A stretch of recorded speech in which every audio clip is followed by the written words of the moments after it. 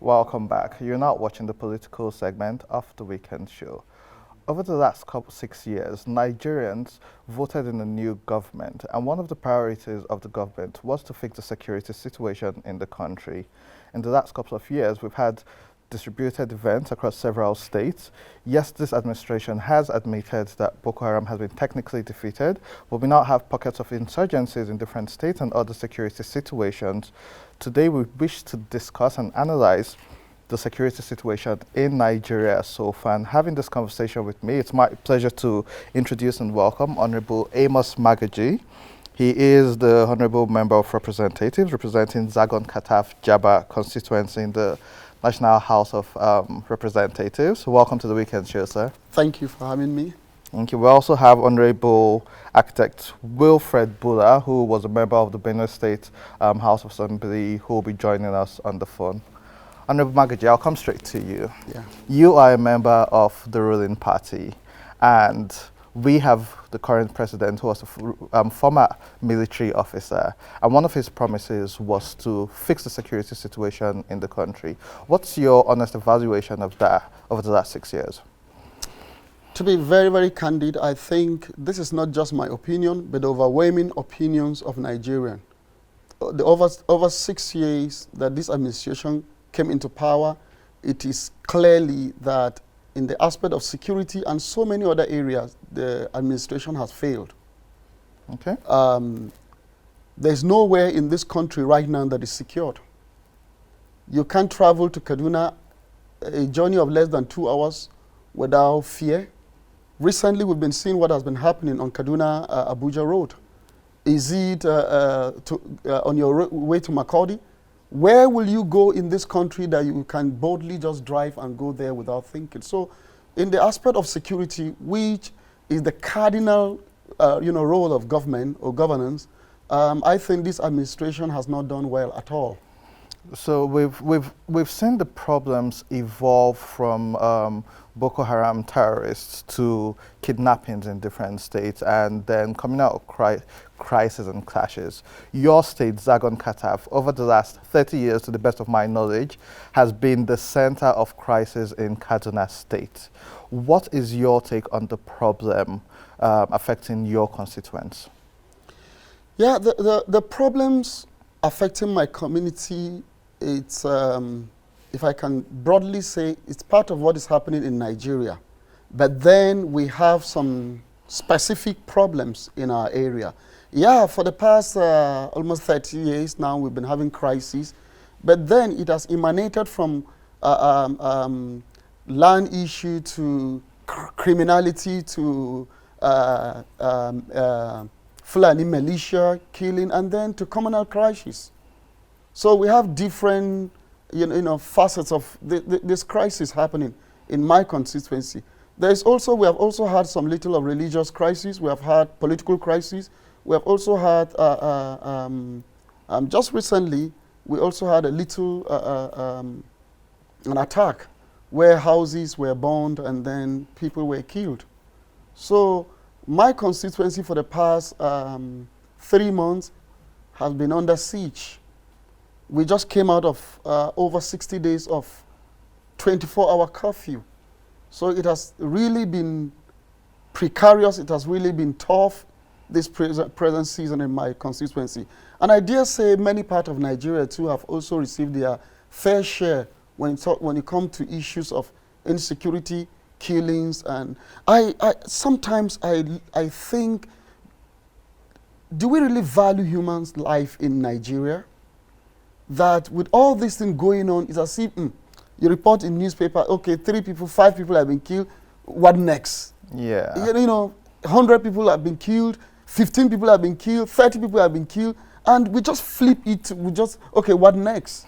It's interesting because we've had different people speak on this matter. We've had the Commissioner of Police for Kaduna State on this show to give comments about this. And I remember specifically asking him, are there any cases or convictions which we can see to say there has been progress in prosecuting these people? And he said a report was being prepared to be presented to the governor.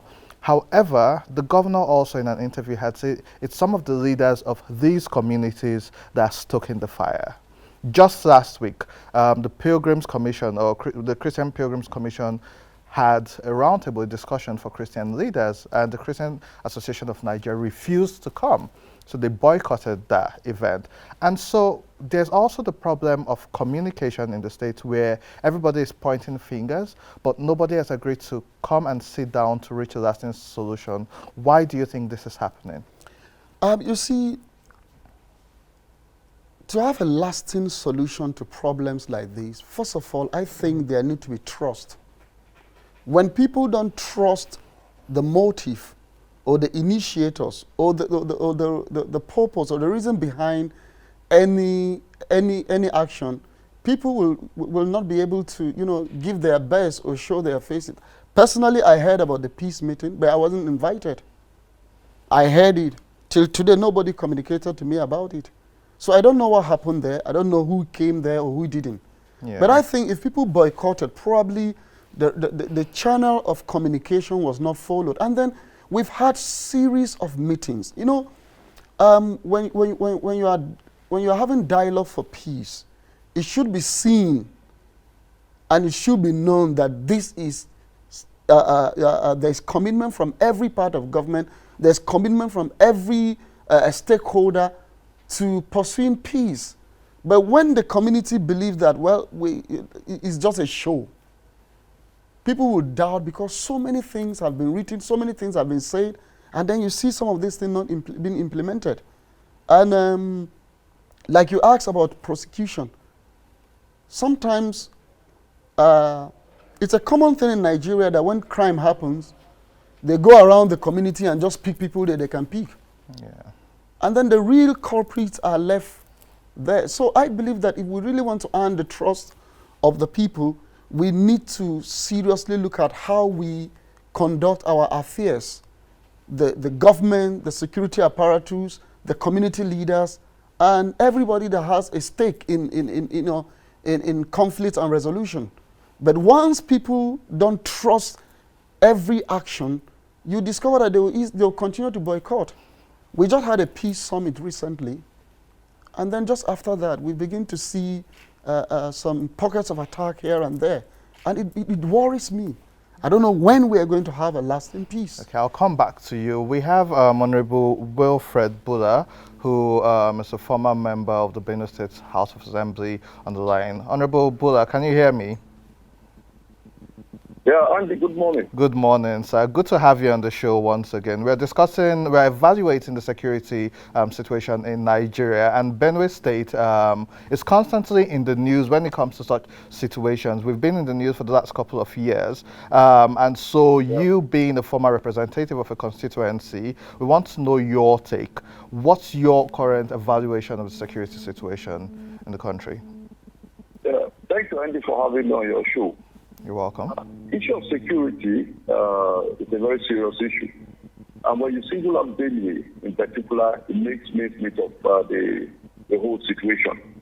Nigeria as a nation is under the claws of terrorists as we speak today.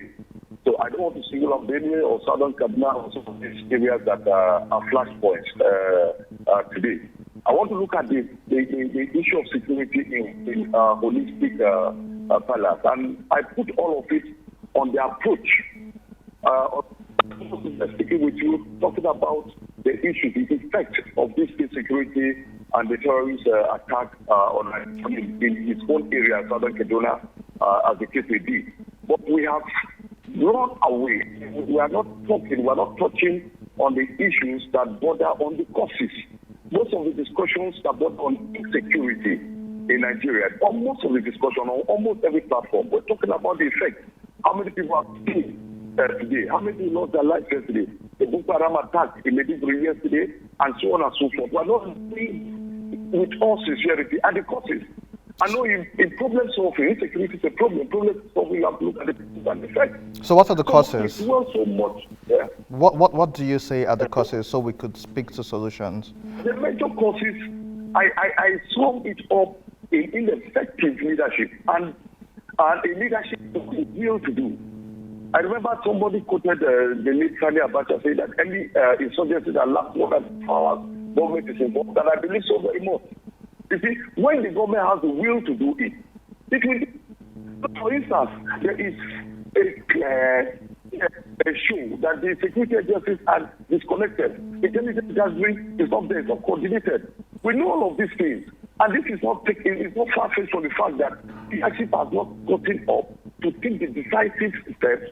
I think for instance, the military, the commanding staff, they have been discussing in the Senate of changing of the service chiefs. Their strategy is a case, it's not to work. The team of army staff, for instance, is a 29 regular combatant course graduate of NDA. Today we have major generals who are of 39 courses. This year, by the end of this year, hopefully, 48 courses will be getting a major general. So you see, there's a backlog. Every soldier has an ambition. Every soldier gets into the army. They pick. They may not all be, but they have an ambition. But when the top is blocked, there will be sabotage, there will be collusion, there will be compromise. There will be a lot of things that will make it impossible for this work to be done. So the leadership must have the will to do what is necessary. For whatever reason, why some of these decisions that ought to have been taken to curb the challenges of insecurity in Nigeria have not been taken. So do you the nation is crying. Honorable Bula, so are you clearly stating that changing the service chiefs would be a move in the positive direction when it comes to fixing the security solution? The most constant thing in life is change. When you apply a certain strategy and it doesn't work, you change to another strategy. You keep on trying and trying until you resolve. It is one of the areas. It is not the most important area. For instance, we heard about the interview of Ghana on one of the television stations, I think channels some years back, and he revealed a lot of things. 2 or 3 days ago, Ghana was apprehended. He was shot and killed. He was killed with every information that he would have revealed to name people. But he was shot. We saw what happened to Wadumir. When they attacked, they were to kill him until the police came in and arrested him. Today he's speaking like a bird. It is some of these things we know where to go to. We have some good security intelligence. If we can only put all of this together with a will to do, we'll get it done. So for all of these guys who have been living together, for instance, I grew up in Wadata, yes, in Makodi. The little house I understand. The little house I understand is because of my covenant relationship with the houses and the Muslims we grew up with. We had our differences. We had our challenges, but we had mechanisms of solving these problems. What has happened now? Politics has got a divide and rule. And that highest echelon of political leadership, there is no Muslim, there's no Christian, there's no Lupe, there's no Thief, there's no Fulani. Honorable Bula, have been led. Yeah. Before I let you go, I want to ask a question. What role do you think the state governments have to play in this? Because in most cases, we look at the federal government, but there's the diplomacy, there's the political part of it, there's the role of the state in making sure some of these problems do not escalate. What do you think is the role of the state government in solving these situations and preventing future attacks?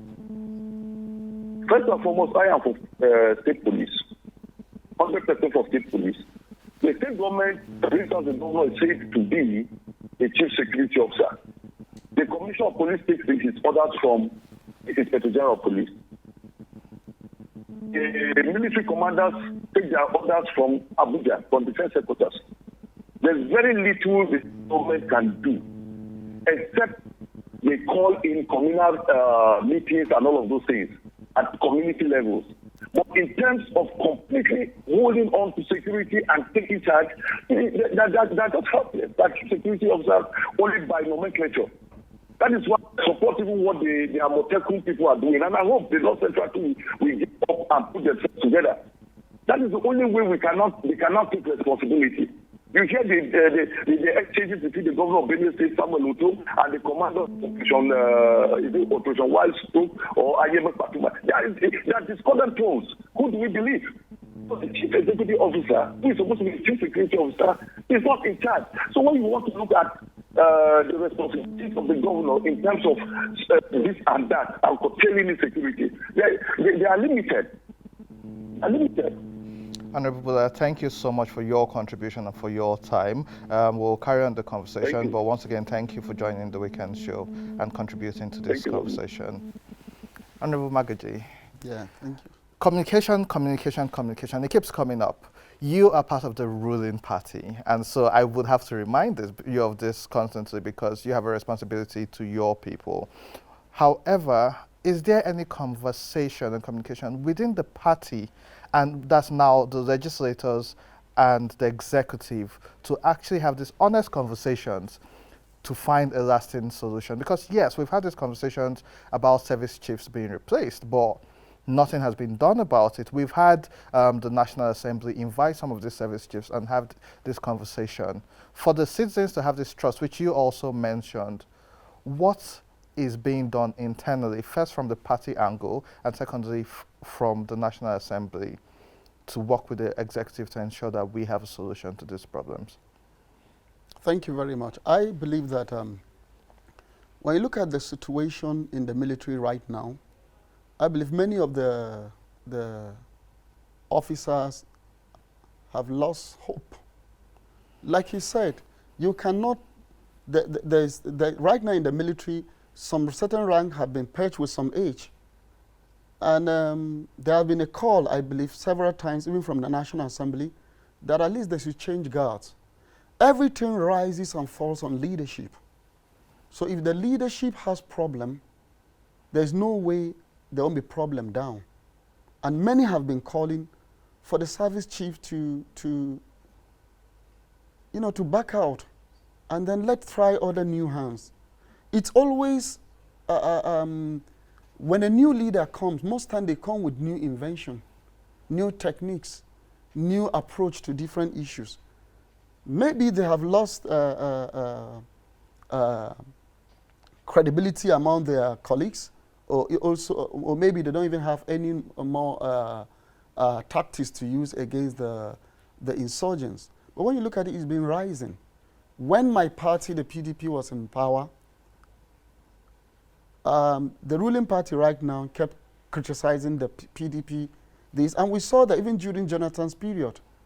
There are a lot of things that were done to change the service chief, and then we saw how things went well. I believe that they have overstayed, with all honesty. Okay, sorry, just to correct, which party? I am with the right PDP. Now? Sorry, so you're with the People's Democratic Yes. Party. What is the party also doing? Because we've seen a lot of statements. We've seen an attempt at opposition, but Nigerians say this is not loud enough. We're not saying that. You see, the truth about it is that when it comes to real governance, we need to put party aside and really look at what will help Nigeria. It's not the issue of APC or PDP. When there's insecurity on the road, nobody knows whether you are PDP or you are APC. It's the country that is boiling. But I understand that the party is, I know that there is a party right now in the helm of affairs, but then whoever must rule must make sure that when you come to the place of ruling, party brings you to the place of power. But you rule over the Nigerian territory. Nobody rules just by saying, okay, I'm ruling APC and forget. No. You are handling the military. There is no PDP or APC in the military. But most of the decision making, for instance, selection of say ministerial positions or certain positions, are controlled by a party. So if they have that influence, then they should have a major role to play. That's why when you come to choosing who will man a place, you should put politics aside and really look at competency. Because those kidnappers on the road, those bandits, they will not stop you and ask if you are APC or PDP. And that's why people that will man sensitive places or sensitive offices must be people that are deemed to be qualified, must be people that have what it takes to govern in that office. Not because of what they contributed in the election. Election is one thing, but governance is another thing. We need to find a way of separating the two. Once we don't separate them, we keep on having problems. We play politics even with human lives. The issue of insecurity is plunged this country deep and deep and deep. If we're not careful, it will come to a point where it will be like a book that was written by Chinua Achebe, that there was a country. And every day we are playing with the issue of insecurity. Every day. We think it will get better. And this is the campaign of President Buhari. He came with this agenda. He came with the issue of fighting insecurity, with the issue of corruption. Unemployment. But when you look at it, there's nothing that has worked. Nothing. We that are representing people now, there is so much stress because everywhere there is hunger. Everywhere there is insecurity. Everywhere people are crying. So, as a member of the Federal House of Representatives, what have you, Honorable Magaji, done to help or to discuss these situations? What solutions have you proffered or offered on the floor about this situation? So we have the security situation and corruption, but we're focusing on security. So you have a seat at the table. What role have you played in trying to reach a solution to this? In my own constituency, I've played roles to ensure that there are security, because we discover that, when you don't handle the issue of insecurity very well, people now begin to take security of their lives into their hands. And when people are desperate, they go all the way to make sure that they defend and protect themselves. And that's the problem. Because if people now realize that no government will not protect them, they will start looking for protection for themselves. And when you're coming back to, that's why we're having the issue of infiltration of arms. Because people don't believe that they are secured. And by the time people start taking weapons because they want to protect themselves, once we have peace, what will happen? The issue of crime will now start increasing, like what we are having now. So it is important that we go to our various constituencies, like I did. I called meeting for every stakeholder in my constituency, and we discussed these issues. We also engaged the security apparatus, because it is important that they believe, they trust the security apparatus that is there. If not, when the trust is eroded, people will be looking for ways to protect themselves. And of course, you know that they are not going to go through the legal channel. And what do you do when arms are everywhere? Because if somebody takes arm against maybe the bandits, by the time there are no bandits, he will be bust-trussed because of the arms he has. One day you hear that he has shot his brother. One day you hear that there are, the community is on fire because people have now started fighting different gangs. So we all have a role to play. We all have roles this. to play. Listen, there's hardly a sitting in National Assembly that the issue of insecurity is not mentioned. Okay. If it is not Kaduna, it is Zamfara. If it is not Zamfara, it is Katsina, Borno, Makurdi, Jos, everywhere. So there's hardly a sitting that we have that the issue of insecurity is not. People have started losing hope. We have so many bills, we have so many motions on the issue of insecurity, and it seems as if nothing is done about them. Honorable Magaji, I think that's a fine place to leave it. You said what we need to know is that something has to be done. And so that responsibility, most of it sits with people like you who have been voted in to represent the people, and we'll be keeping track to ensure that this is done. It's been a pleasure having you on the political segment of the Weekend Show, and we hope to have you some other time. Thank you very much. Our electoral reform segment is coming up shortly, and so every week we try to give you tips and updates on electoral reforms. That will be on your screen shortly.